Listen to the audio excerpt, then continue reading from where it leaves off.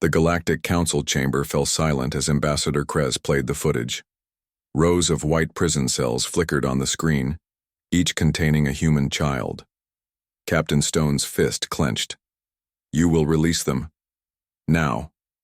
But the Vrixian ambassador merely tilted his head. "They are only specimens." That was his first mistake. Because when you cage human children, you don't get diplomacy. You get war. The image sharpened on the diplomatic screens, 37 white cells arranged in clinical formation. Each held a single human child, the oldest perhaps 6 Earth years, the youngest barely 3. One dark-haired boy pressed reddened palms against the observation glass, his mouth open in a scream the audio feed didn't transmit. Ambassador Krez tapped a clawed finger against the display. Standard research documentation, subject vitality, remains within parameters. His vocal sac pulsed with detached professionalism. The Kelran delegate lurched back from the table, acidic bile spraying across the chamber floor. 3 other species representatives mirrored the movement, appendages curling in protective recoil. Captain Stone's knuckles cracked against the polished table surface. His voice cut through the murmurs. "Identify them by name." The Vrixian scientist blinked vertical eyelids. "Irrelevant. Subjects are cataloged by genetic markers alone." The audio feed finally activated, transmitting the children's whimpers through the chamber speakers. One small girl in cell 14 had torn her nails bloody, scratching at the door seam. The Draxil ambassador's chitinous plates rattled. A distress, reflex their species hadn't exhibited in recorded history. Stone pulled a data chip from his uniform. Bobby Williams, 5 years old. Lucy Peterson, 4. Each name landed like a hammer strike. The Kelran delegate's mucus glands began secreting protective foam. Vrixian biology offered no reference for this reaction. Their young reached functional maturity in 11 weeks, their parenting instincts measured in efficient chemical bursts. The footage showed a child vomiting from stress, an alien concept to a species whose offspring never needed comforting. The Altarian delegate rose on unsteady legs, his mandibles vibrating at combat frequency. "You took fledglings?" His thorax, plates flared wide, revealing the bioluminescent warning stripes beneath. Before Krez could respond, 3 separate alarm chimes sounded through the chamber, emergency signals from distant homeworlds. Earth Command's transmission arrived at 14:31, Standard Time. The incoming alert light pulsed crimson across Admiral Roberts' face as she reached for the comm panel. "All commands," she said. "Condition gold." The council chamber erupted before the final syllable faded. Vrixian comm drones captured the moment. Their scans detected the first human warship breaking lunar orbit. Their tactical systems projected 30 potential hostiles. They failed to account for the 17 battle groups already positioned beyond sensor range near Proxima Centauri. A child's tear-streaked face broadcast across 800 human vessels triggered something older than tactics, something coded in the DNA of every species that ever protected its young. The Vrixian ambassador finally recognized his error when Stone's entire delegation stood as one. Their movements held none of the diplomatic restraint from earlier sessions. These were the motions of predators who'd just scented blood in the water. Galactic law required a 72-hour deliberation, period before military action. Fleet Command scrambled fighters in 38 minutes. No human vessel waited for authorization codes. Deep in Jupiter's radiation belts, station commanders received the alert and began powering up reserve fleets, entire battle groups maintained in secret for 5 decades. Their targeting systems locked onto Vrixian trade routes before the Council's emergency session could convene. The containment force arrived before the Vrixian homeworld's early warning satellites finished their diagnostic cycle. 73. Human warships emerged from FTL with weapons hot, not pointed at population centers but at every power relay station feeding their detention facilities. Stone watched the tactical feed with cold precision. You had 1 hour left to release them. His fingers hovered over the comm panel. The timestamp read 14:32 when Bobby Williams' bio signs flatlined. Every human in the chamber reached for their sidearms in perfect synchronization. The first rescue, Shuttles launched before the body could cool. Ambassador Krez tapped the display again. Standard procedure, Protocol 17B clearly states. A thick stream of bile hit the council floor before he finished. The Kelran ambassador's respiratory sacs convulsed, his species equivalent of dry heaving. Stone didn't blink. He turned, his wrist displayed toward the assembly. 37 human faces appeared in perfect rows. Bobby Williams, 5 years old, favorite color blue. Stone's voice never wavered. The display advanced. Lucy Peterson, 4 years, afraid of the dark. Each name carried centuries of cultural weight, generations of lullabies and scraped knees and tiny hands held in parking lots. The Vrixian scientists shifted, their smooth foreheads creasing. Naming young before maturity violated 9 of their evolutionary principles. The Touré delegate's communication device emitted a high-pitched warble. He activated emergency channels without consulting procedure. Across 3 star systems, Touré defense platforms powered up for the first time in 80 years. Their species remembered the last nesting war, when entire colonies burned over 6 stolen eggs. Javier Mendez, 3 years. Stone's display showed a gap-toothed grin now replaced by terror on the feed. Collects shiny rocks. A chime sounded from Major Chen's console. The readout showed 29 similar priority alerts from council members' homeworlds. Human naming traditions carry biological significance. The auditory processing centers in our brains light up 23% brighter when hearing a child's name versus random nouns. Stone knew this. His tactical training covered psychological warfare. But his next actions weren't calculated. He stepped into the projection beam, letting the children's faces wash over his uniform. These are not specimens. The temperature in the chamber dropped 2 degrees as 11 different species' physiological reactions affected the environmental controls. Vrixian observers recorded the moment with clinical interest. Their data showed Stone's pulse elevated, his breathing patterns shifting, standard stress responses. They missed the critical detail. Stone wasn't stressed, he was mapping. Deep in Jupiter's radiation belts, the hidden battle groups received no new orders, but their crews all woke simultaneously at 1432 galactic time.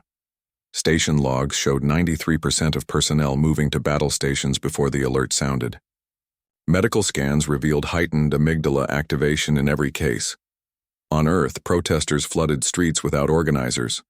The crowds carried no signs, just photographs of the missing children. Neural scans showed identical activation patterns, whether subjects viewed the images in person or through screens. The resonance transmitted digitally. Colin's console trilled again. The first contact alert flashed. 37 human ships emerged simultaneously at Vrixian detention coordinates. No, fleet-wide order issued. She checked the scan timeline. Each jump initiated during Bobby Williams's final moments on the security feed. The Vrixian scientist finally stopped arguing when his own monitors lit up. Transport ships without naval authorization launched from 16 human colonies. Cargo vessels rerouted mid-flight toward contested space. Collins watched the neural network simulations. It wasn't coordination. It was synchronization. Prepare your containment protocols, she advised coldly. The Vrixian opened his mouth to protest right as the first distress calls came in. Human civilians overwhelming border checkpoints. Not with weapons. With their bare hands. Neural scans showed identical signatures across all of them, regardless of age or background. Bobby Williams' final heartbeat flashed on Colin's medical feed. Across known space, every human-run station sounded general quarters simultaneously. No central command issued the order. The Guardians were awake now. The Vrixian scientist finally saw it. The way human eyes changed when the scans flatlined. Not rage, not grief, something older. Collins closed her displays as the first stealth ships completed their jumps. You wanted to study human nature? She asked quietly. Congratulations. On the main screen, 36 simultaneous breach alerts blinked crimson across Vrixian detention grids. The ships moved with terrifying precision, no communication between them. Colin's final scan showed why. They weren't acting on orders. They were acting on instinct. The first boarding pod impacted right as Lucy Peterson's whimpers reached a pitch that activated every human's auditory cortex threat response. Neural scans spiked identically across species lines for the first time. Even non-humans felt it. The galaxy's fear center recognized what was coming. Collins's data screens went dark as the power fluctuations hit. The last thing she recorded was the exact neural frequency, one humans shared with wolves, elephants, and every other species that remembered why young take so long to grow. In the observation deck, the lead Vrixian biologist finally accessed the correct database. His hands shook as he read the parameters of human childhood development, the biological investment, the neural rewiring it required. "Oh," he said softly. The tactical screens showed 36 simultaneous boarding actions. On every feed, human soldiers moved with the same terrifying synchronicity, right fists rising in unison, left hands checking weapons, not trained movements, inherited ones. Dr. Collins powered down her console as the first extraction teams reached the cells. The galaxy would later call it Operation Guardian. Humans called it Waking Up. Meanwhile, along the Vrixian border, 300 more ships dropped from FTL without warning. Their flight paths indicated no planning. Their weapon systems activated in perfect sequence. Medical scans would later confirm. Every single captain's brain showed identical activation patterns in the limbic system. The children's faces had reached them through unofficial channels. The response required no orders. Collins finally answered the Vrixian scientist's original question. Tactical disadvantage? She watched the extraction feeds light up. No. Evolutionary advantage. On screen, Sergeant Park's unit breached Cell 14. The empty small bed showed creases where tiny hands had clutched at sheets. Park's neural scan matched his entire platoon's activation. No grief, no hesitation, just purpose. The rest of the galaxy finally understood the terrible math. For every human child taken, 100 ships launched. For every minute in captivity, another 1,000 volunteers, not by orders. By design. Collins' final transmission to High Command contained one line. No containment possible once activated. She attached the neural scans, every human reading identical. The Vrixian detention facilities reported structural breaches in 17 locations simultaneously. The first rescued child appeared on the feeds, a small girl clutching Sergeant Park's armored hand. Across human space, neural scans stabilized instantly. Amygdala activity dropped 20% in under 5 seconds. The ships didn't stand down, though. They advanced. Guardian response protocol complete. Secondary phase initiating. Collins. Console predicted with 99% accuracy. Every human vessel would now switch from retrieval to retaliation. The biological imperative updated seamlessly. Back on the bridge of the Monitor, Admiral Roberts received the final confirmation. Phoenix Protocol engaged at full capacity. She checked the tactical display. 3,000 additional contacts emerging from dark space, all transmitting the same neural resonance pattern. No further orders required. Admiral Wong's tactical display flickered to life, 437 green markers materializing in precise formation. His voice cut through the bridge silence. Condition gold confirmed. The status update scrolled. 17 additional battle groups activating propulsion from locations the Vrixian intelligence reports had never logged. Galactic defense assessments listed 30 combat-ready human vessels. The estimate wasn't inaccurate. It was obsolete by 53 years. Jupiter's radiation belts hid the discrepancy. 14 shipyards orbited unnoticed within the gas giant's electromagnetic storms, their construction docks masked as asteroid debris. Maintenance logs falsified since first deployment recorded them as meteorological stations. The Vrixian defense grid registered the anomaly first. Their border monitoring satellites detected power fluctuations across 7 sectors. System diagnostics found no malfunctions, just sudden energy drains at precise coordinates near human space. Tactical analysts dismissed it as sensor ghosts until the third sweep. By then, the first cloaked battlecruiser had already cleared its docking clamps. Historical precedent explained the oversight. Human militaries had concealed full capabilities since the wooden walls of Constantinople. False fleet counts at Rhodes, hidden shipyards in Okinawa, dummy airfields in World War II. The strategy wasn't deception, it was deterrence through uncertainty. No species could calculate retaliation vectors if they didn't know the arsenal. Draxil Ambassador Krell activated emergency council channels. His species' bioluminescent throat pouch pulsed red, a distress signal unseen since the Xantos invasion. This session will address the unregistered human armada. His vocal membranes vibrated at a frequency that shattered 2 drinking vessels. Security teams scrambled to contain the diplomatic breach as 3 other species delegations echoed the demand. Wong's command console pinged. The tactical overlay expanded, revealing troop movements matching the Great Siberian Deployment of 2047, another historical misdirection. That operation had masked mobile artillery as civilian transports. Now it played out across star systems, cargo haulers ejecting false hull panels to reveal torpedo batteries. The Admiral opened a fleet-wide channel. "This is containment, not assault." The transmission lasted 1.7 seconds, too brief for standard encryption-breaking protocols. Vrixian listening posts intercepted the message but couldn't decipher the accompanying data packet. Their systems classified it as noise until an AI flagged the embedded patterns, phaser calibration sequences for 17 weapon types, not listed in any human inventory. Jupiter Dry Dock Number 3 reported readiness at 1433. Its massive airlock doors peeled back, exposing 8 battlecruisers per docking arm. Construction records listed them as atmospheric scoop vessels.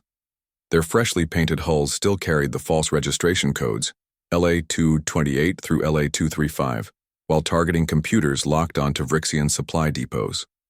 Defense theory termed this asymmetric force projection. No galactic power had considered its implications when applied to child endangerment scenarios.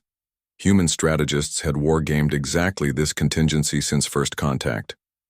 Drill simulations codenamed Kinderschutz filled military archives, every iteration refining response protocols.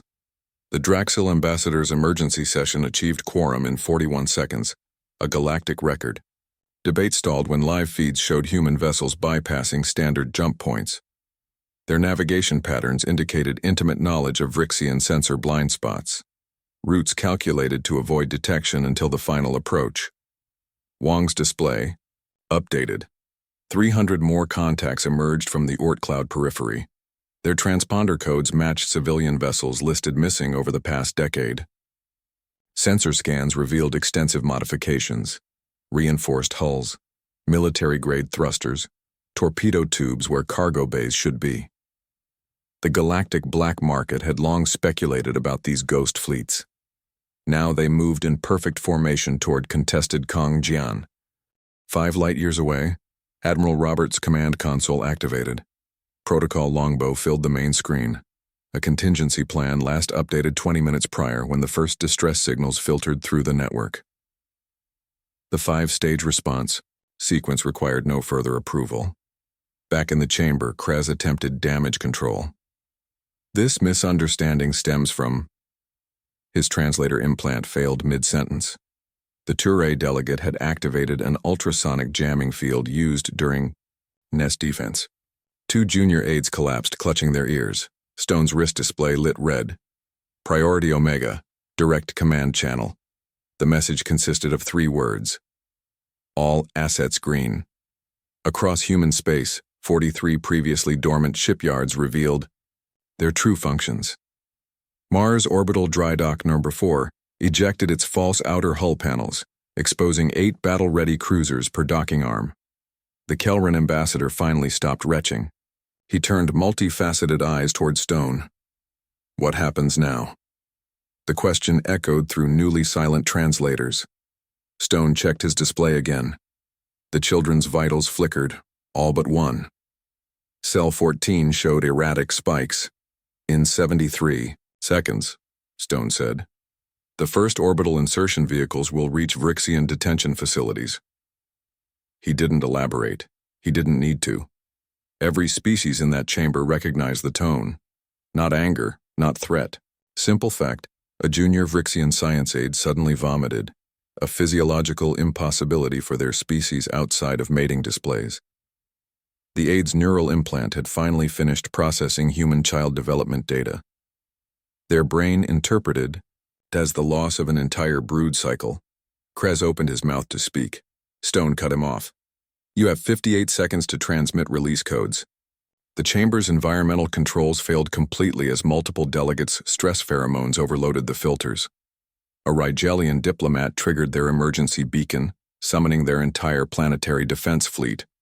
On the command deck of the UES Monitor, Admiral Roberts watched timers synchronize across 400 vessels. Protocol Longbow wasn't designed as an assault plan. It calculated exact minimum force required to penetrate any known defense grid, then multiplied it by the number of child biosigns detected. The computers registered 37 children. The human fleet prepared 37 simultaneous extraction paths. Stone's display updated as Bobby Williams' vitals stabilized briefly. The timestamp read 14:31:47, 13 seconds until first contact. 45 seconds, Stone said. His voice carried through the chamber despite 4 separate alarm systems activating. The Turai delegate began transmitting targeting data to his home fleet. Kelran shock troops materialized via emergency teleportation, protocols outside the chamber doors. Krez finally accessed the release console. His claws hovered over the controls. This action constitutes the main display split, half showing the children, half showing the first human warships dropping from FTL directly above Vrixian detention centers. The tactical overlay indicated 900 additional contacts emerging at system perimeter. Stone's wrist display pulsed twice. The entire human delegation stood as one, hands moving to sidearms in unison.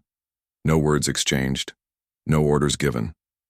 30 seconds. Stone's eyes never left Krez. The Vrixian's claws twitched toward the release command. His scientists protested behind him, citing decades of research protocols. They didn't understand. This wasn't about rules anymore.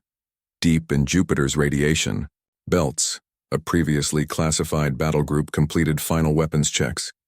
Their official records listed them as meteorological survey vessels. Their real functions became abruptly clear as they assumed firing positions along every major Vrixian trade lane. The chamber's main screen updated. 36 child biosigns now flashed amber, their stress levels crossing critical thresholds. Cell 14's reading spiked sharply downward. Admiral Roberts' voice suddenly crackled through Stone's implant. Phoenix protocol authorized. Stone took exactly 1 step forward.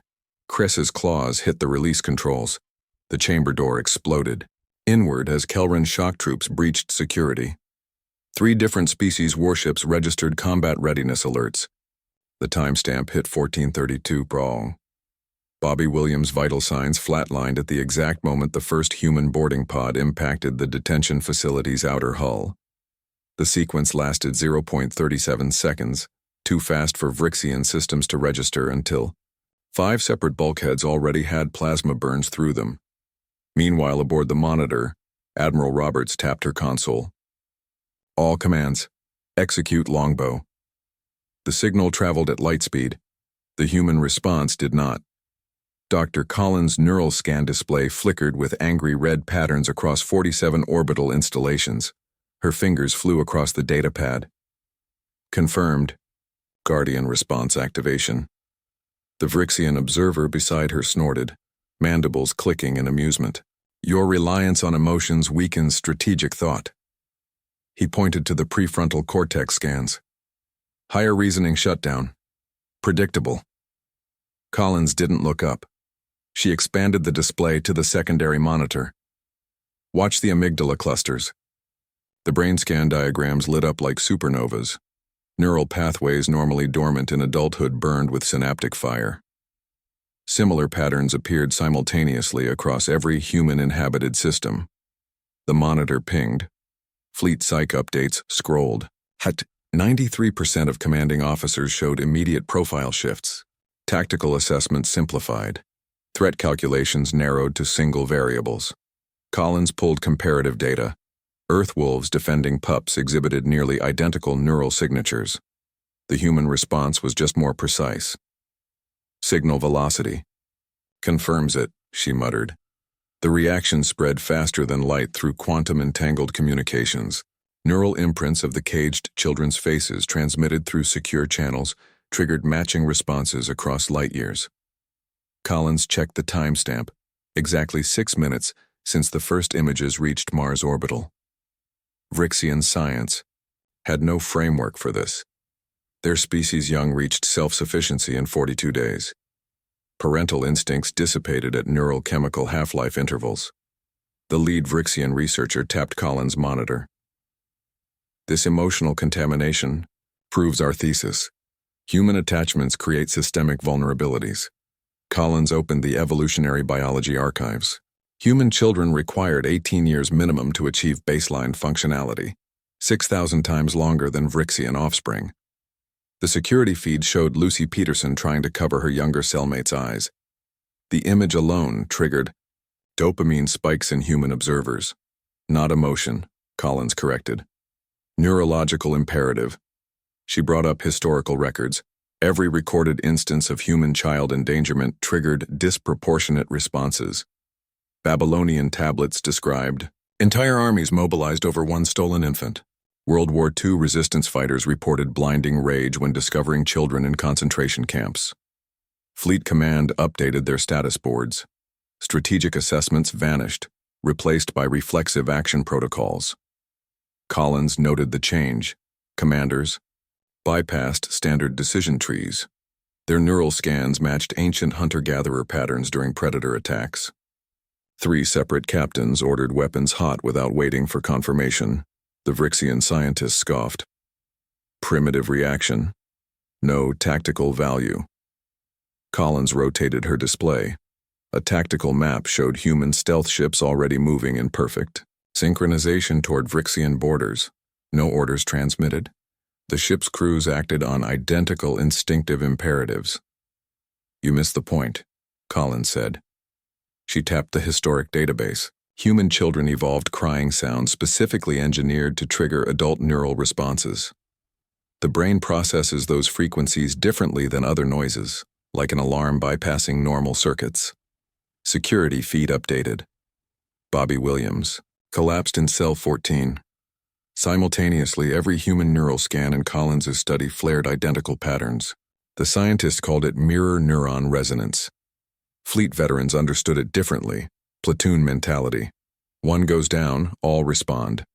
Collins' console beeped urgently. The first stealth ship engaged its jump drive. Its captain's last transmission contained no words, just 30 seconds of the children's whimpers recorded from the council feed. 7 more ships followed without orders. Neural scans across human settlements achieved 89% synchronization, unprecedented in xenopsychological studies.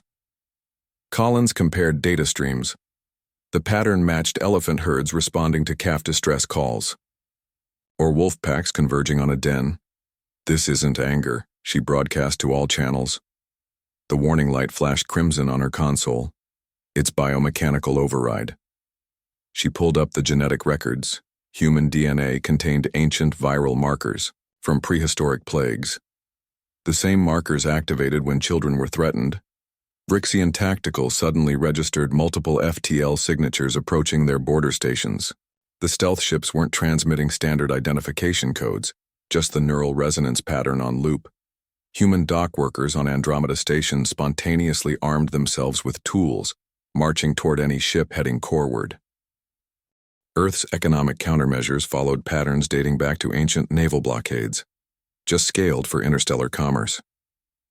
Automated trade algorithms identified and choked off 12 essential Vrixian imports within 40 minutes. The precision suggested pre-programmed contingencies, sanctioned packages waiting for activation codes buried in emergency broadcasts. Mars Central Bank released strategic reserves of platinum group metals, undercutting Vrixian mining cartels by 19% per ounce. 5 commodities exchanges simultaneously delisted Vrixian agricultural futures. Diplomatic isolation compounded the damage. 17 neutral species closed their borders to Vrixian vessels. 3 more revoked landing permissions for any ship carrying Vrixian-registered cargo. The normally fractious Orion Trade Pact achieved unanimous consensus in 14 minutes. Their embargo proposal lacked standard phase-in periods taking immediate effect. Customs drones at Alpha Centauri's main port began scanning for Vrixian molecular signatures on inbound cargo, quarantining any matches. Economic warfare specialists later identified the critical trigger point, the moment when automated systems began responding to child distress signals as threat alerts. Banking AIs flagged transactions involving Vrixian entities as security risks. Insurance algorithms recalculated premiums to unsustainable levels for any route near Vrixian space. The systems weren't hacked, they processed the children's vitals, as environmental hazards like radiation spikes or gravitational anomalies. Meanwhile, in orbit over Vrix Prime, Sergeant Park's insertion team received their final mission update. The briefing lasted 22 seconds, just long enough to sync neural implants to the children's biometric trackers. Park's heads-up display now showed 37 pulsing markers, one fading fast. His squad didn't need orders to interpret the tactical overlay. Their shared neural responses activated pre-programmed protocols buried deep in their training. Every soldier's gear adjusted automatically. Weapon safeties disengaged in unison. Medical kits reprioritized pediatric trauma supplies. Environmental seals on their armor tightened to quarantine specifications, an automatic response to the chemical traces of fear radiating from the children's sweat samples. Park's team moved toward the drop pods without the usual checklist. Muscle memory overrode procedure. Back on Earth, the United Trade Commission released a 3-word statement through all channels. Guardian Angel active. Analysts later determined this wasn't a code phrase. It simply confirmed what markets and militaries already knew. The children's biometric signatures had become a galactic distress call no encryption could block.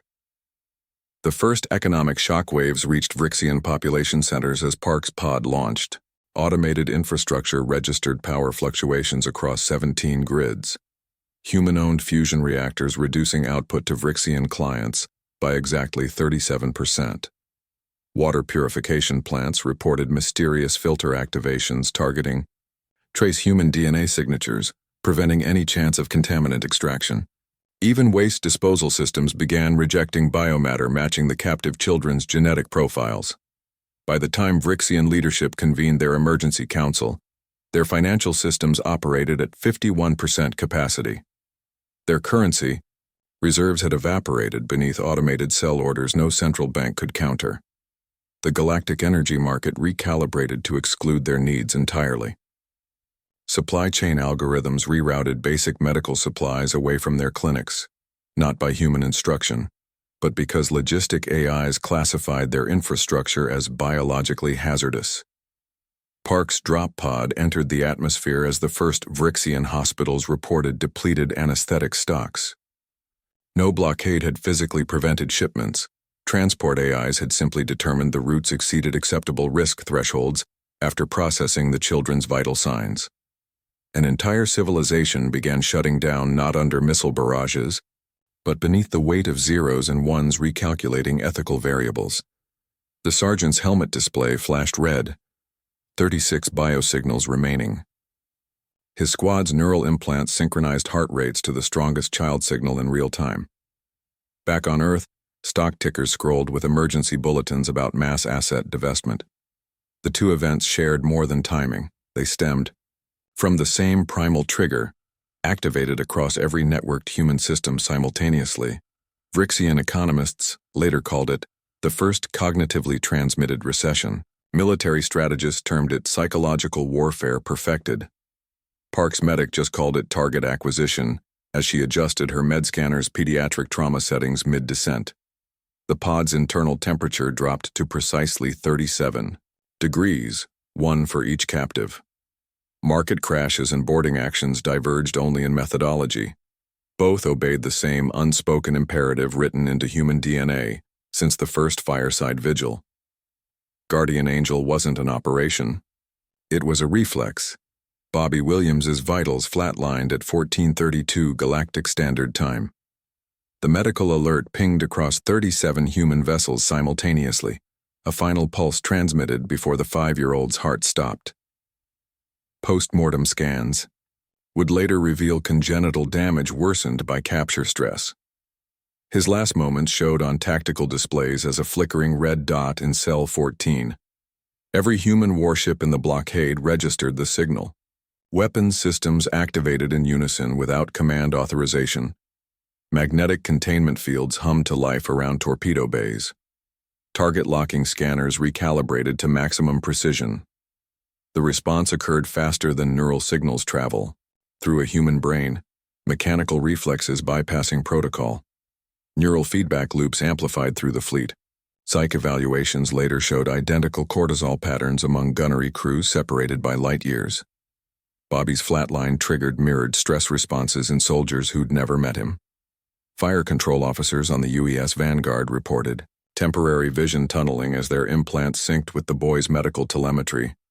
Vrixian border stations registered the change instantly. Their tactical computers flagged human vessels shifting from defensive to aggressive postures within 0.7 seconds. 7 early warning satellites detected targeting lasers painting Vrixian infrastructure. None showed hostile intent, just synchronized. Acquisition.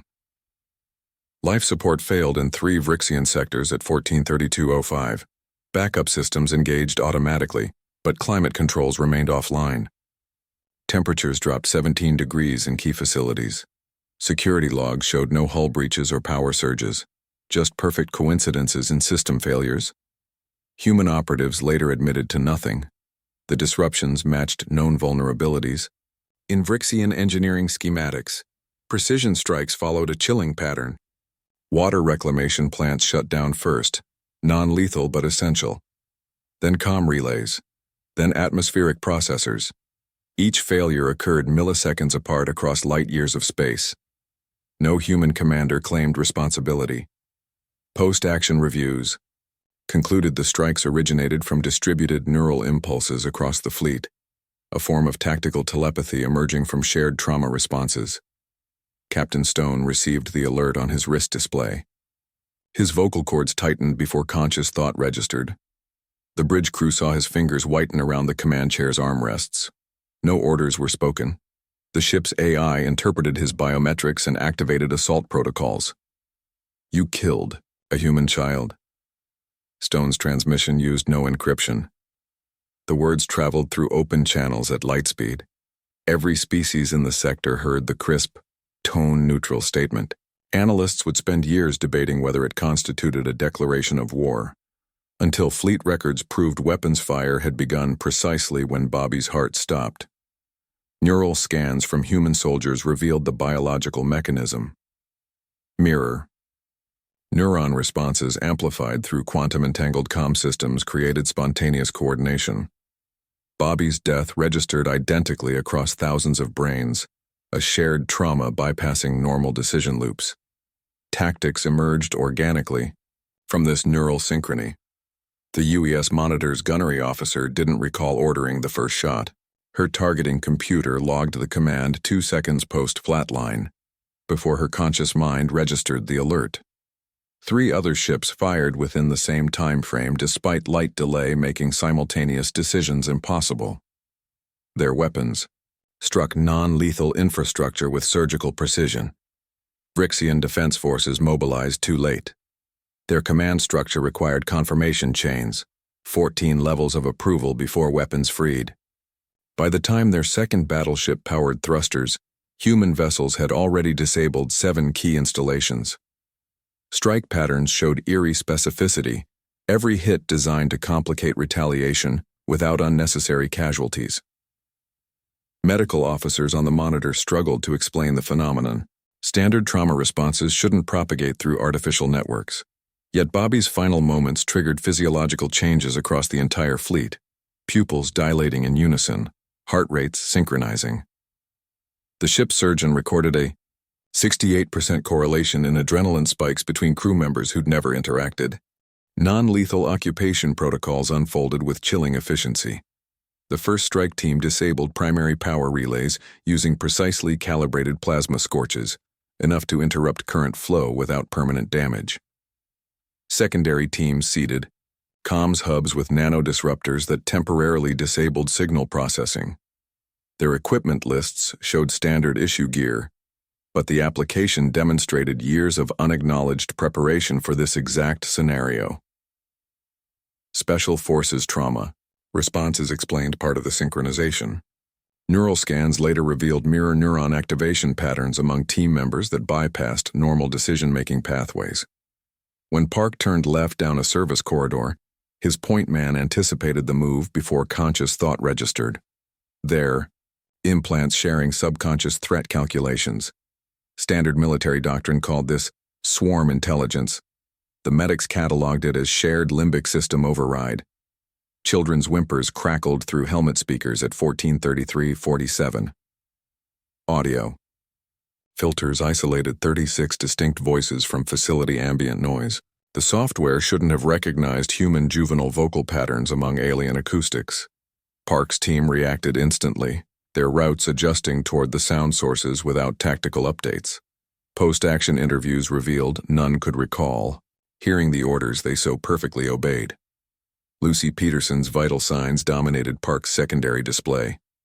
The 4-year-old's erratic pulse and elevated cortisol levels created cascading effects across the squad's biometrics. When her respiration hit 42 breaths per minute, every team member's breathing synced to exactly half that rate, an unconscious combat meditation technique not taught in any training manual. Their weapons remained steady while internal systems mirrored a terrified child's physiology.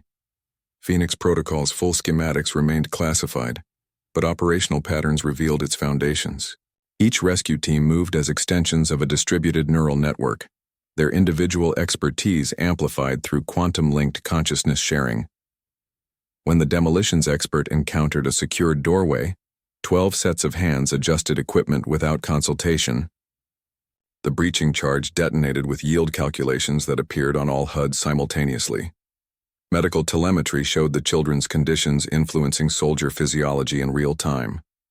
As Javier Mendez's temperature dropped to hypothermic levels in cell 22, Park's medic began preheating trauma blankets before route calculations indicated her destination.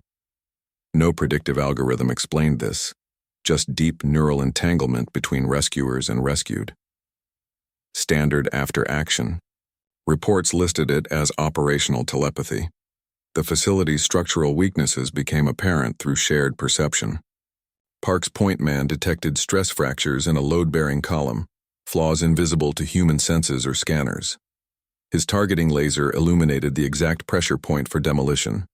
Later examinations showed molecular-level fatigue in the alloy matching human child weight distributions. As if tiny hands pounding on surfaces for months had weakened structural integrity in predictable patterns. Counterattack never materialized. Brixian security forces appeared disoriented, their movement sluggish compared to the razor precision of human invaders. Neural scans from captured guards showed disrupted cognitive function, their brainwaves literally disturbed by proximity to Phoenix teams. The effect matched historical accounts of primitive tribes encountering more advanced civilizations' technology, repurposed as neurological weaponry. Lucy's cell door hissed open at 14:34:06. The lockdown mechanism's failure coincided exactly with Bobby Williams' official time of death declaration, a synchronization no chronometer could explain. Park's HUD registered the girl's thermal signature before his eyes adapted to the dim interior. She stood perfectly centered in the containment space, one small hand already extended toward the doorway. Every weapon in the corridor tilted downward simultaneously. 12 sets of armored fingers relaxed trigger discipline in perfect unison. Park's medical readouts showed oxytocin levels spiking, a neurochemical response normally associated with parental bonding, not combat operations. Later analysis confirmed all team members experienced identical biochemical shifts upon first visual contact with any child. The facility's remaining 35 doors released in cascading sequence. Each mechanism failed at precise intervals matching optimal pediatric trauma team deployment timelines. Javier Mendez's cell opened exactly 4.7 seconds after Lucy's, the calculated time required for Park's medic to reach that sector while maintaining defensive coverage. No central computer coordinated this, just emergent synchronization between human instincts and engineered systems. Lucy's fingertips brushed Park's armored glove at 14:34:09. The contact triggered facility-wide systems collapse. Emergency lighting activated in perfect synchronization with the assault team's night vision toggling. Climate controls adjusted to human pediatric comfort levels, despite lacking previous calibration data. Even the air scrubbers increased output, precisely, compensating for anticipated CO2 buildup from rescuers' elevated respiration rates. 36 children emerged from containment without guidance. They stepped into corridors they'd never seen, moving toward exits they couldn't know existed. Each child selected optimal paths around hazards, their tiny feet avoiding debris and thermal hotspots with uncanny precision. Neural scans would later show reciprocal resonance patterns, the rescuers' operational knowledge somehow accessible to those they retrieved. Phoenix Protocol's full capabilities became apparent during exfiltration. 11 separate emergency beams illuminated the primary evacuation route, exactly 0.3 seconds before each child's position required new waypoints. Medical teams materialized at precise coordinates to treat injuries before the children registered. Discomfort. Supply crates opened automatically when dehydrated lips approached, their mechanisms triggered by subconscious physiological anticipation from distant operators. The last child cleared the facility perimeter at 14:35. Behind them, Brixian systems rebooted in perfect sequence: power, security, communications. Not a single component showed permanent damage. Every disabled turret resumed standby mode. Each fried relay reactivated at factory specs. Only the containment cells remained offline, their control circuits physically altered to reject future occupant biometrics matching human developmental profiles. Park's evac shuttle ascended through suddenly calm skies. Below them, confused Vrixian security teams inspected pristine systems that had utterly failed during critical moments. The facility's logs contained no evidence of attack, just timestamps where functions paused exactly long enough for 36 life forms to be extracted with impossible efficiency. Lucy Peterson slept against Park's chest plate, her breathing synced to his vibro armor's resonance frequency. The other children matched this rhythm, 36 small bodies unconsciously mirroring their protectors' biorhythms. Medical scans showed neural bridges persisting between rescuers and rescued, their brainwaves exhibiting entanglement patterns, previously seen only in identical twins separated at birth. The shuttle's aft display zoomed in on the abandoned facility.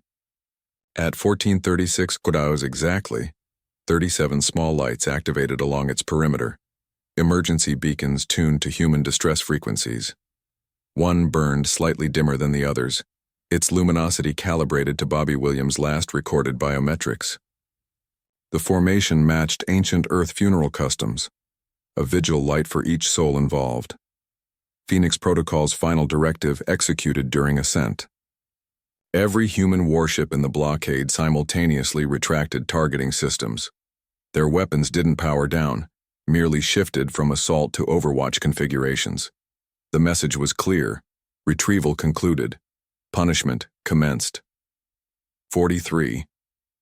Potential bombardment solutions remained calculated and ready, their firing parameters adjusting in real time to the children's vital signs.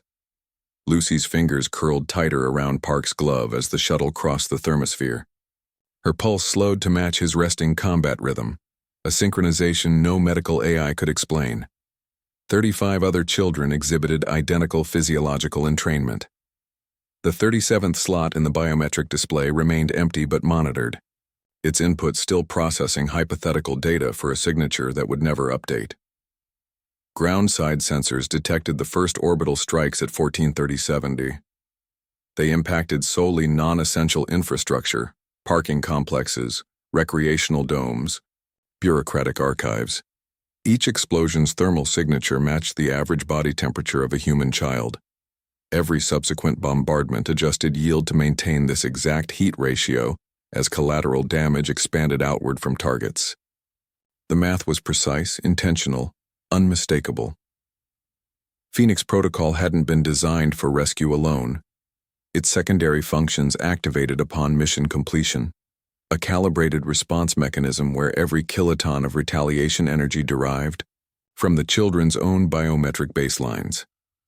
When Lucy's body temperature fluctuated 0.2 degrees during re-entry, 12 distant artillery platforms adjusted projectile trajectories by corresponding millimeters.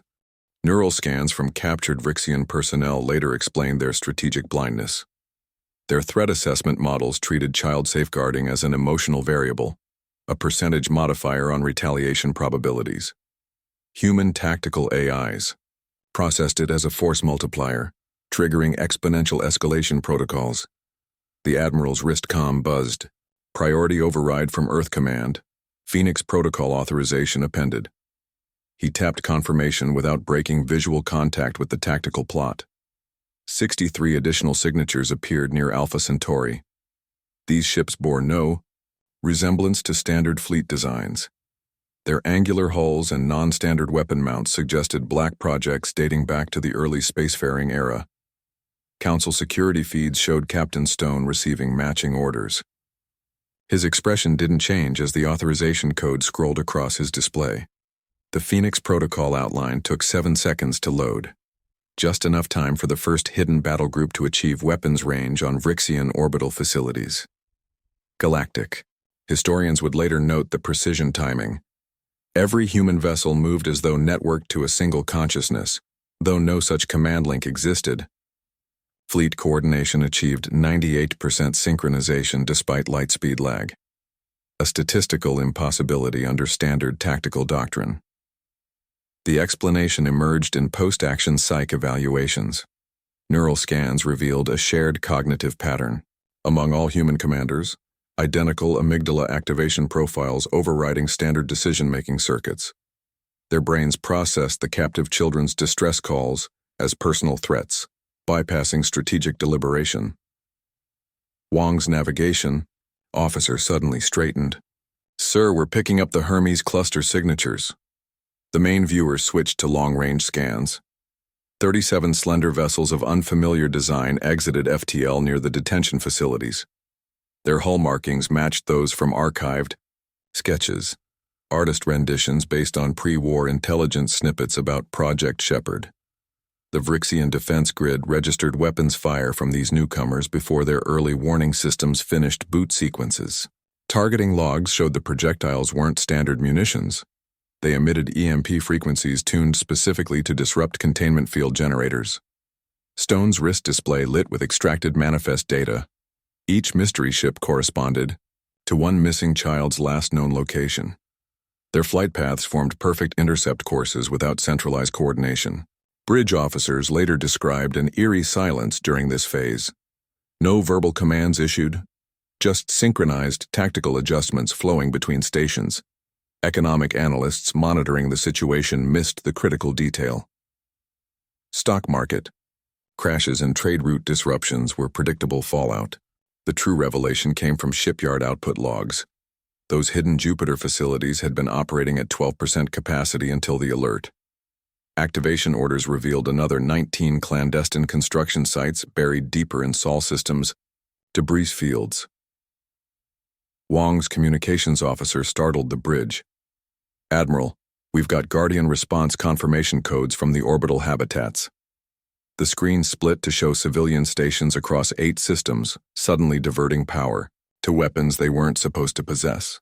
Residential sectors converted to missile silos. Recreation modules unfolded into drone launch platforms. Post-crisis audits would discover these modifications weren't recent. Construction blueprints contained hidden schematics from initial builds, every bolt and weld designed to facilitate rapid militarization. The plans traced back to early extrasolar colonies, when human settlers first realized no galactic power would protect their young like they could. Final deployment numbers shocked even Earth Command. Over 700 combat-capable ships emerged, from hiding in under 11 minutes more than 20 times the official fleet count. Their synchronization defied standard networking limits until neural studies revealed the mechanism. Subconsciously shared threat recognition patterns amplified through quantum-entangled communications. Stone's chronometer hit 1434 as the first Phoenix Protocol teams breached detention center airlocks. The operation documentation would later fill 17 volumes of tactical analysis. Every page circled back to the same horrifying realization. This wasn't the human war machine activating. It was their immune system responding. The last mystery ship's transponder finally resolved as it opened fire. Its designation matched Bobby Williams's missing persons case file, RSV-042, an unassuming survey vessel listed lost with all hands 3 years prior. Sensor sweeps now showed armor plating where sample storage should be. Its entire superstructure, rebuilt around a single massive energy cannon, containment holding, Wong reported to Earth Command. His tactical officer's hands froze mid-keystroke. The main display zoomed out. 60 more unidentified contacts just appeared near the Orion Spur transit lanes. Their energy signatures matched nothing in galactic databases. Stone's authorization codes updated again. Secondary protocols unlocked, across the fleet. The children weren't safe yet. The Guardians weren't done. Phoenix Protocol had always anticipated Phase 2. Jupiter's hidden dry docks began cycling their massive airlocks again. The alert tore through communication channels, like a plasma burst hitting every human station and allied world within seconds. Earth Command didn't issue orders. They transmitted raw data packets. 37 children's faces cycled through security feeds and public displays from Mars to Proxima Colony. The images carried embedded biometric signatures, elevated heart rates, stress hormone levels, cortisol spikes logged in medical databases. A 10-year-old girl's racing pulse set off emergency alerts in 7 orbital clinics before the message finished propagating. Merchant vessels reacted first. The freighter Horizon Dawn was 18 hours from Vrixian space when its crew received the broadcast. Captain Rivas didn't consult corporate headquarters. He turned his ore hauler broadside across the Keswick trade lane, engines flaring to full stop. 37 similar ships followed within minutes, forming an improvised blockade without official orders. Their transponders all pulsed the same coded distress pattern. 3 shorts, 3 longs, 3 shorts. An old Earth maritime call repurposed. Galactic. Trade matrices shattered within the hour. Vrixian commerce relied on 7 choke points for over 60% of its imports. Human-led corporations controlled 4. Stock exchanges registered the first tremors when Titan mining conglomerates suspended all exports of rare metals. By the time Mars Futures Exchange froze trading, Vrixian currency had already plunged 19 points against the galactic standard. Automated cargo drones orbiting Ceres Station initiated emergency detour protocols despite no threat warnings. In their programming, their navigation logs later showed override codes embedded in the children's biometric data streams. The Luminos Collective recalled their ambassadors at 1447 Standard Time. Their crystalline communication spires lit with emergency hues unseen since the Third Expansion War.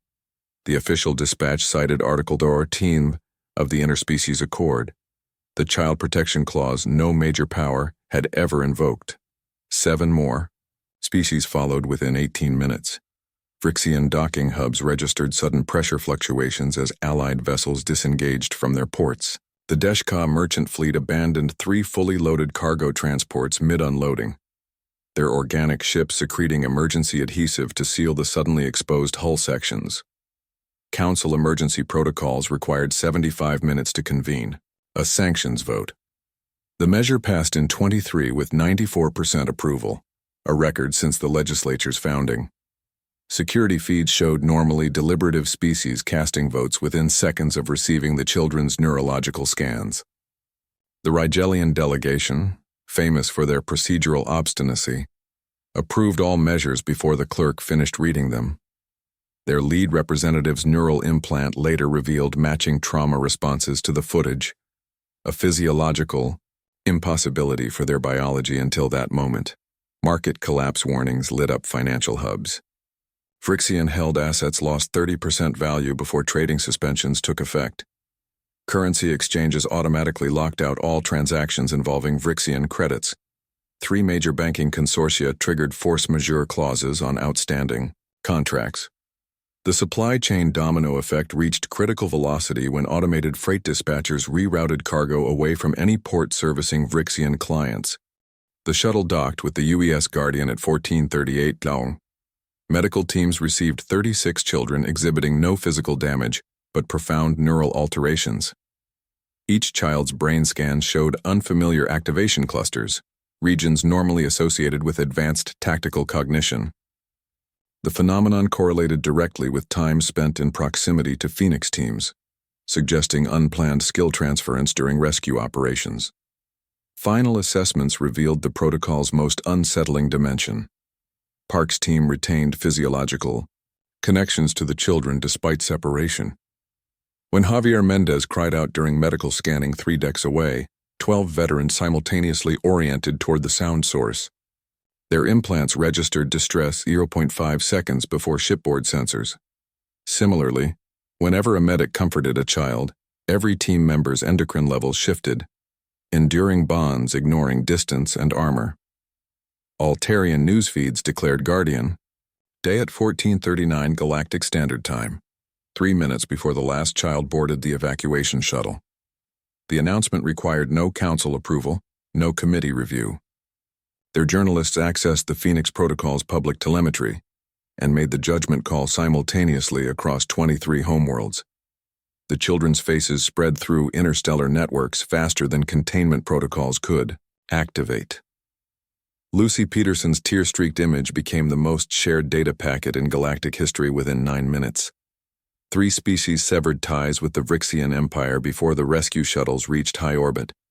The Kelran Collective went first, their ambassador's tendrils flushing combat red as he broadcast the disengagement order directly from the council chamber. The Ture followed 7 seconds later, their crystalline comm spires emitting termination, frequencies that physically cracked Vrixian embassy walls. By the time the Draxel added their signature, 17 other delegations had emergency legislation queued for emergency votes. The Galactic Council emergency session convened at 14:43.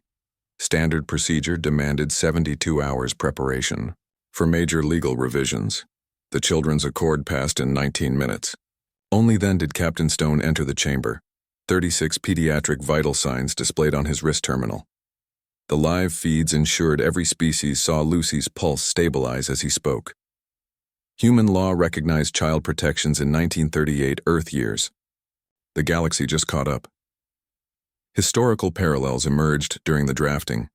Xeno-legal scholars accessed records of Earth's 1948 Genocide Convention, another rapid legal shift catalyzed by trauma. The comparison held. 7 non-human delegates invoked rarely used urgency clauses to override standard legislative hurdles. By 1451, the Accord's enforcement mechanisms exceeded those controlling interstellar warfare. Stone's proposal for permanent monitoring stations raised initial objections until the medical feeds showed. 36 neural scans displayed identical activation clusters, regions normally dormant in human children. The Phoenix Protocol's neural bridging had left markers. No known technology could track them except the same quantum-entangled systems that enabled the rescue. Silence filled the chamber as delegates processed the implications. The motion passed with 94% approval. Cross-species child development data decided key provisions. Human delegates submitted 2 centuries of pediatric research, everything from separation anxiety milestones to neural plasticity windows.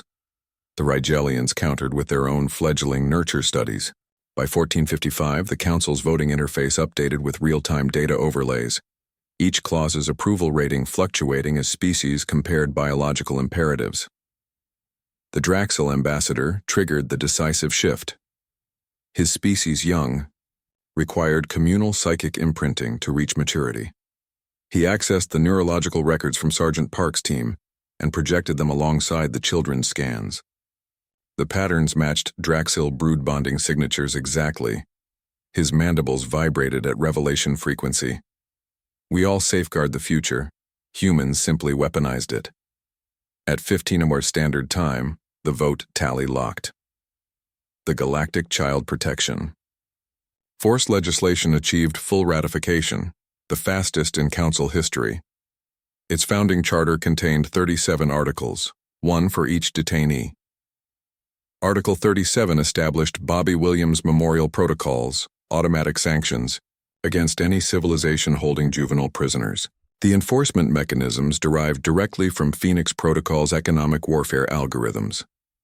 Back on Earth, the first Guardian Day memorials took shape. 37 candles flickered to life in the southern hemisphere, their flames precisely matching each child's core temperature. The ceremony required no organizers. The same neural entrainment that coordinated the rescue now synchronized mourning rituals across 9 colonies. 5 intercepted Vrixian transmissions suggested confusion about the spontaneous uniformity. Human analysts didn't bother explaining. The GCPF's first deployment orders came through at 1507, preemptive inspections of 17 border systems. Their authority derived from the same resonance principles that guided the rescue. Monitoring. Stations would track developmental trauma signatures, not just physical restraints. Stone reviewed the initial reports with detached approval. The treaty's language ensured what happened to human children could never occur again, to any species. Precedent analyses flooded legal networks within hours. Historical scholars noted similarities to Earth's 1989 Convention on the Rights of the Child, but the galactic version contained sharper teeth. Automatic trade suspensions, neural monitoring clauses. Most revolutionary, the redirected Phoenix Protocol infrastructure now served as its enforcement mechanism. What began as a rescue operation became permanent law. At 1515, the first non-human child entered GCPF protection. A young Kelran separated from its brood chain during intersystem transit triggered the new protocols. Response teams deployed within 9 minutes, 3 faster than the human rescue timeline. The Kelran youngling's neural patterns stabilized upon contact with its assigned guardian. Biological studies would later confirm identical oxytocin spikes to those measured in human rescues. Stone received the notification during Bobby's funeral preparations. The ceremony would begin at sunset, terrestrial time, deliberately synchronized with the moment his vitals flatlined in captivity. 36 other children stood ready to participate via quantum link. Their presence wasn't symbolic. Neural scans showed they continued experiencing echoes of Bobby's final moments through residual entanglement. The GCPF's founding ceremony coincided exactly with the funeral's opening procession. 37 ships formed an honor guard formation, 1 for each detainee, including the empty slot reserved for Bobby. Their positions matched the detected resonance pattern from the children's original captivity chamber. No human officer issued the coordinates. Navigation computers calculated them automatically from shared memories imprinted during rescue operations. At 1520, new legislation already moved through 14 planetary governments, local adaptations of the Children's Accord. Humans didn't lobby for these measures.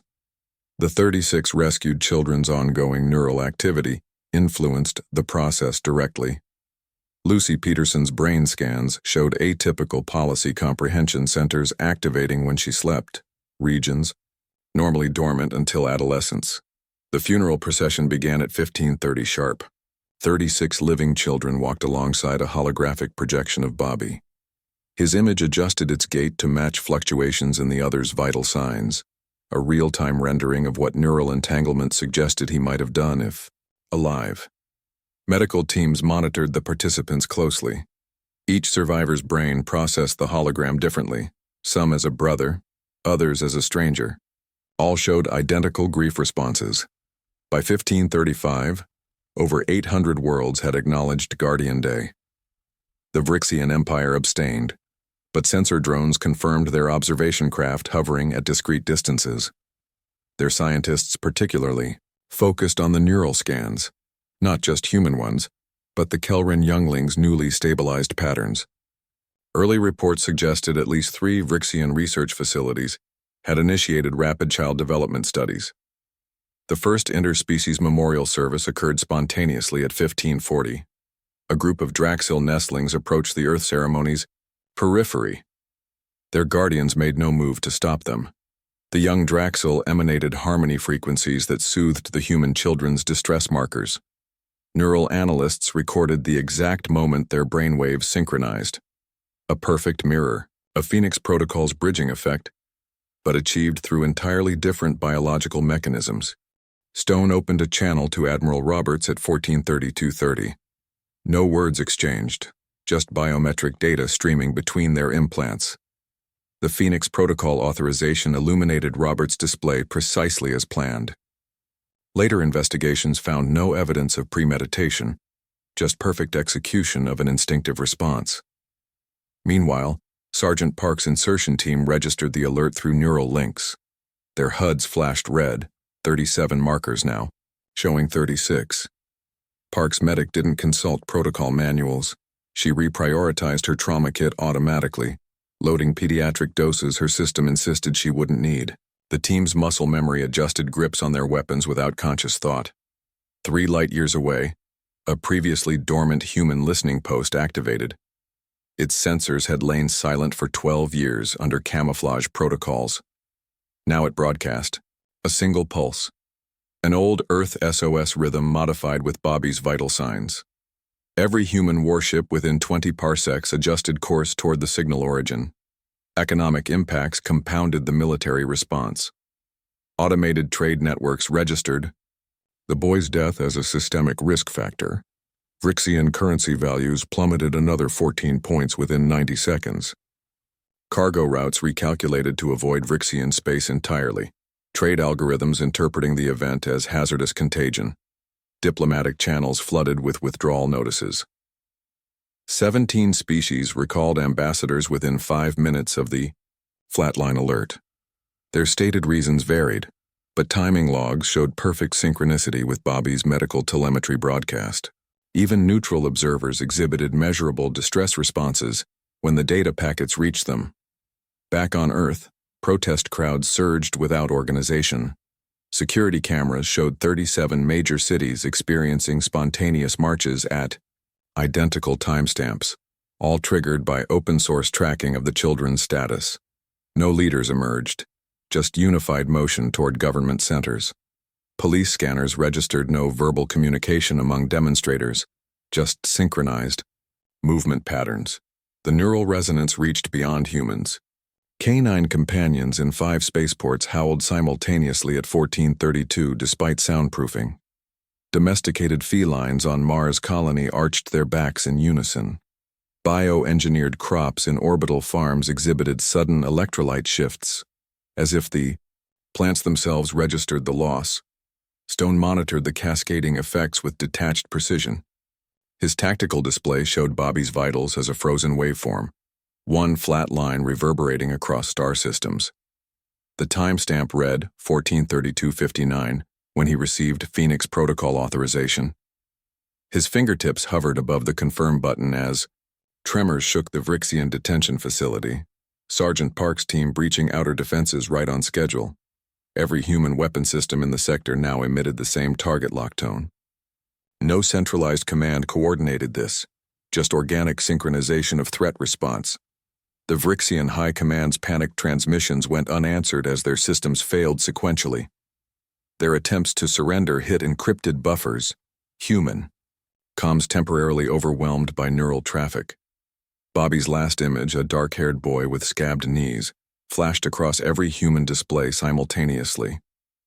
His name appeared beneath in clean white text alongside dates too brief to comprehend. 36 other faces remained active on the boards, their vital signs now priority signals directing all available forces.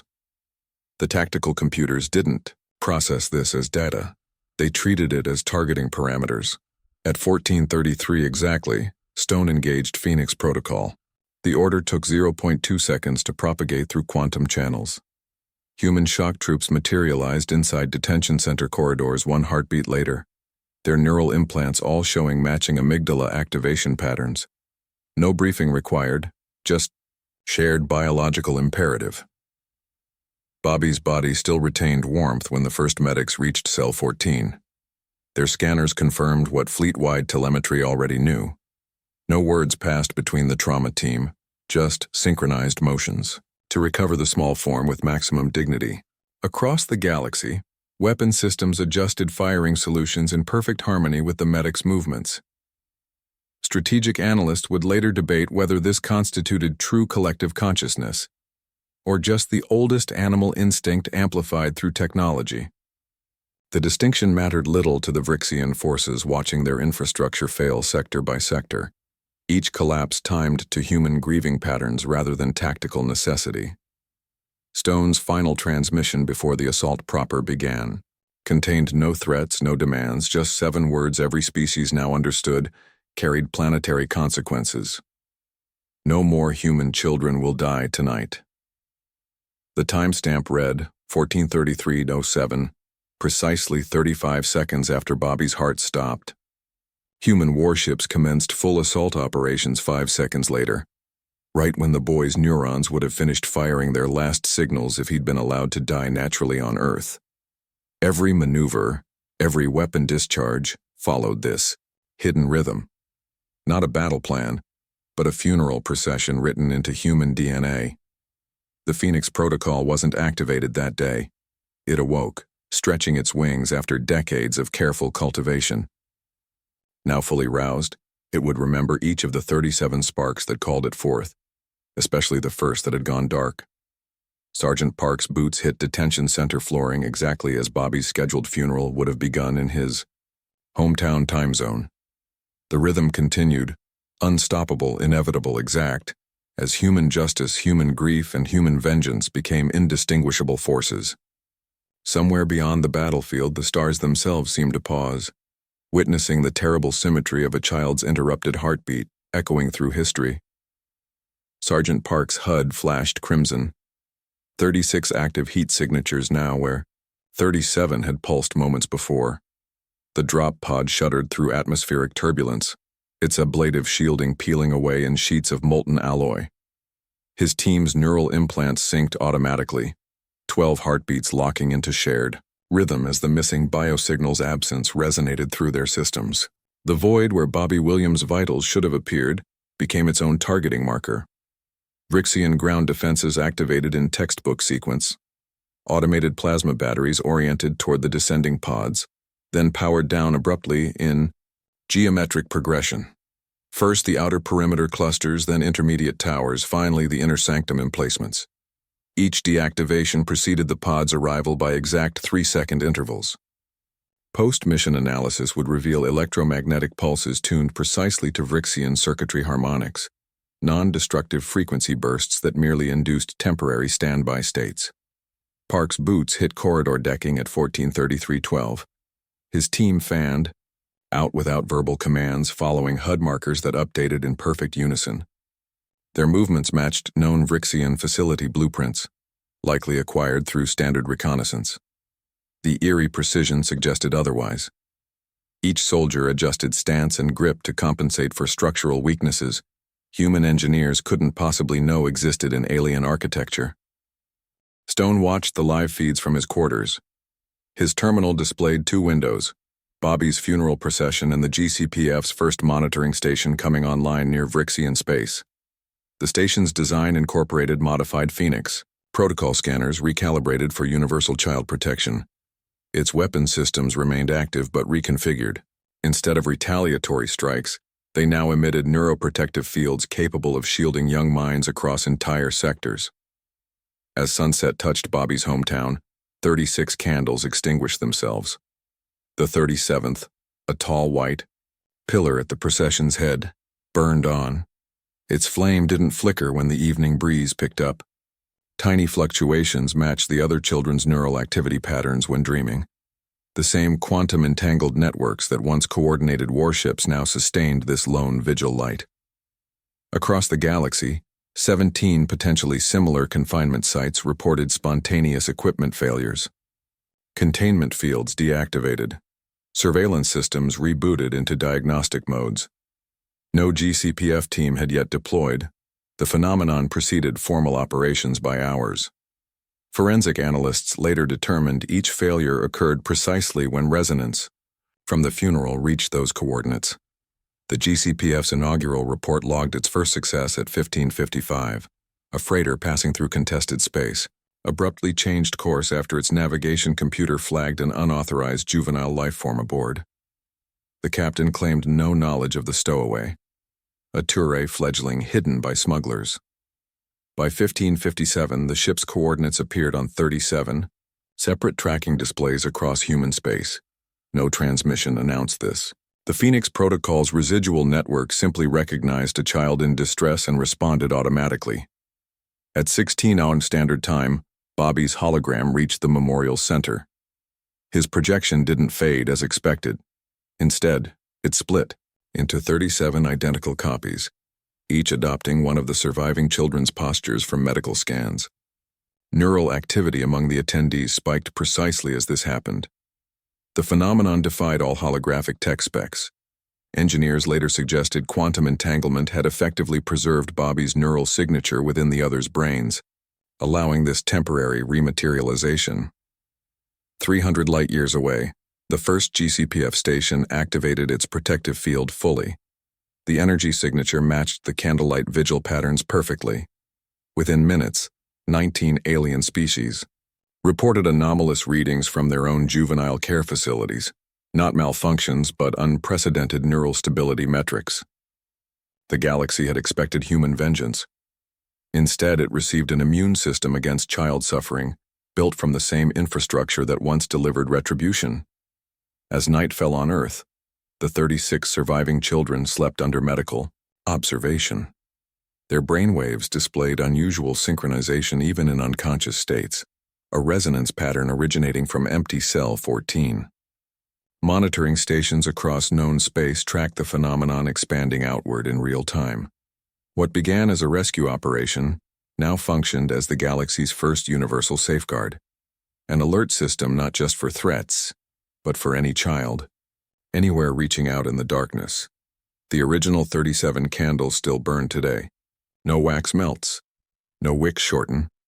Their flames adjust brightness to match real-time fluctuations in the surviving children's vital signs. Scientists still debate the quantum mechanisms enabling this. Parents of all species simply call it guardian light. And somewhere between stars, the GCPF's monitoring arrays continue listening, not just for distress calls, but for the first signs of that flickering, unbreakable connection forming anew. The galaxy learned two truths that day. Threaten. Human children in civilization's veneer vanishes. What emerges is primal, a force that rewrote interspecies law in under an hour. Guardian Day observances now span 700 worlds. The rescued children resumed ordinary lives, but scans still show neural bridges connecting them to Phoenix, teams across light years. That unbreakable link formed the Galactic Child Protection Forces Foundation. Its monitoring stations operate on principles no xenopsychologist fully comprehends, only that their warning systems activate before harm occurs. The Vrixian Empire still reviews footage from that first rescue. Their analysts track each ship's movements with new understanding. 37 candles still burn. Their flames sink to living heartbeats and one silent memory. Markets stabilize, treaties hold. But every species remembers the moment humanity's deadliest capability turned out to be its most protective instinct. Children sleep safer tonight. Sergeant Park's armor glove rests in a museum. The line remains.